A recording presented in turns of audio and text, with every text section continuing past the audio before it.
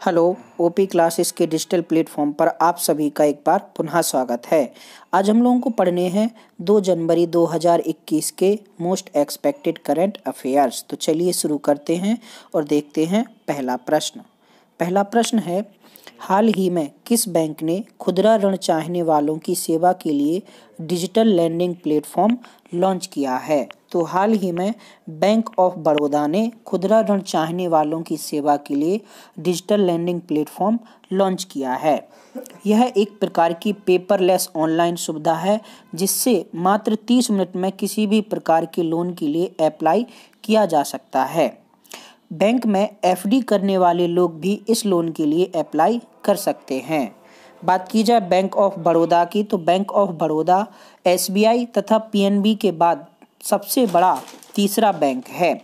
Bank of Baroda की स्थापना 20 जुलाई 1908 को हुई थी। चलिए देखते हैं हमारा आज का दूसरा प्रश्न है, उस 21 वर्षीय कॉलेज छात्र या छात्रा का नाम बताइए जो तिरुवनंतपुरम के सबसे युवा मेयर बन गए हैं। तो हाल ही में 21 वर्ष की छात्रा आर्या राजेंद्रन तिरुवनंतपुरम की सहित देश की सबसे युवा मेयर बन गई हैं। आर्या राजेंद्रन तिरुवनंतपुरम की मुडवान मुगल बाज से चुनाव लड़ा था और उन्होंने 2872 वोटों से यह चुनाव जीतकर देश की सबसे युवा मेयर बनने का गौरव प्राप्त किया है। आर्या राजेंद्रन बीएससी मैथ्स द्वितीय वर्ष की छात्रा हैं तथा वे कक्षा 5 से अपनी पार्टी से जुड़ी हुई हैं। चलिए देखते हैं हमारा आज का तीसरा प्रश्न है, दुबई ग्लोब सॉकर अवार्ड्स में प्लेयर ऑफ द सेंचुरी पुरस्कार किसने जीता है? तो हाल ही में फुटबॉल खिलाड़ी क्रिस्टियानो रोनाल्डो ने दुबई में आयोजित ग्लोब सॉकर अवार्ड्स में player of the century award जीता है।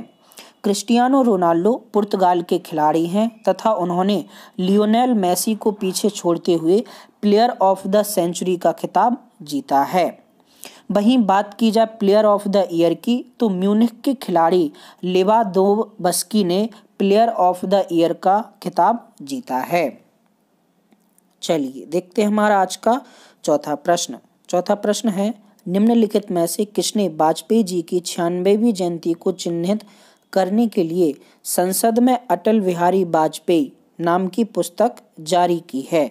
तो हाल ही में प्रधानमंत्री श्री नरेंद्र मोदी ने अटल बिहारी वाजपेयी की 96वीं जयंती को चिन्हित करने के लिए संसद में अटल बिहारी वाजपेयी नाम की पुस्तक जारी की है।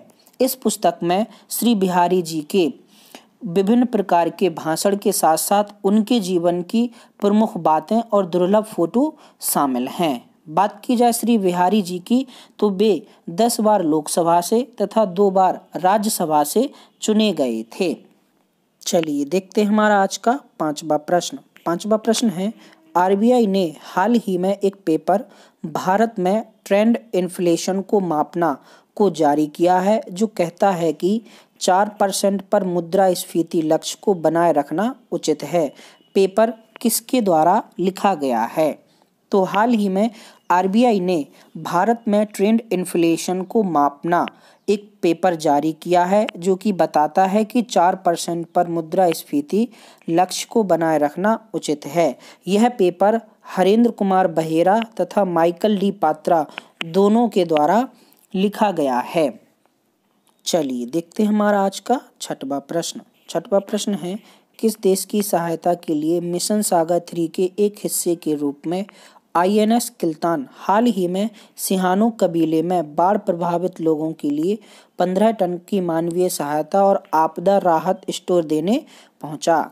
तो हाल ही में कंबोडिया में आई बाढ़ में मिशन सागर 3 के तहत आईएनएस किल्तान सिहानो कबीले में बाढ़ प्रभावित लोगों के लिए 15 टन का मानवीय सहायता और आपदा राहत सामग्री लेकर पहुंचा है। कंबोडिया में आई इस भीषण बाढ़ से लगभग 8 लाख लोग प्रभावित हुए हैं, जिसके लिए भारत ने आईएनएस किल्तान के तहत 15 टन राहत सामग्री तथा 3000 राहत किटें भेजी थीं।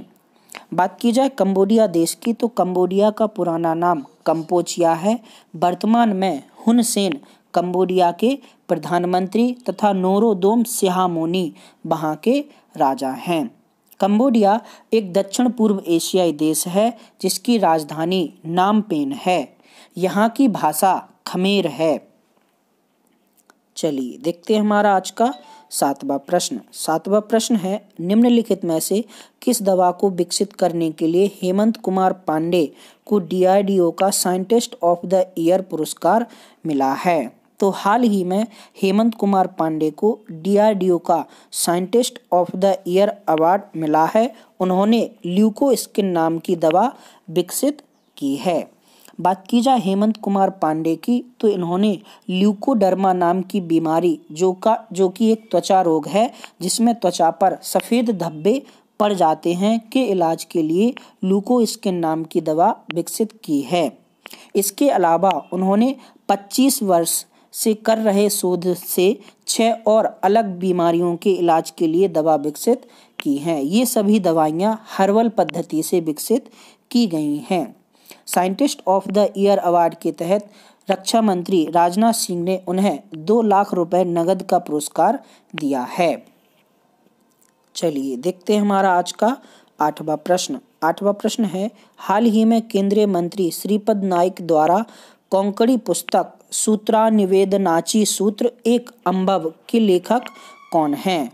तो पुस्तक सूत्रानिवेदनाची सूत्र एक अम्बव की लेखक रूपाचारी हैं। चलिए देखते हैं हमारा आज का नौवां प्रश्न। नौवां प्रश्न है, पूर्व बल्लेबाज जॉन एफ रीड का हाल ही में निधन हो गया है। वह किस देश के लिए खेले थे? तो हाल ही में न्यूजीलैंड के पूर्व खिलाड़ी जॉन एफ रीड का निधन हो गया है। उन्होंने न्यूजीलैंड के लिए 19 टेस्ट तथा 25 ODI खेले हुए थे। चलिए देखते हैं हमारा आज का 10वां प्रश्न। 10वां प्रश्न है, बैडमिंटन वर्ल्ड फेडरेशन ने हाल ही में किस रूसी बैडमिंटन खिलाड़ी को 5 साल के लिए सट्टेबाजी, जुआ खेलने और अनियमित मैच परिणामों के आरोप में प्रतिबंधित कर दिया है? तो हाल ही में रूस के खिलाड़ी निकिता खाकीमोव को बैडमिंटन वर्ल्ड फेडरेशन ने 5 वर्ष के लिए प्रतिबंधित कर दिया है। उन पर छेड़खानी, सट्टेबाजी तथा अनियमित मैच परिणामों के आरोप लगे हुए थे।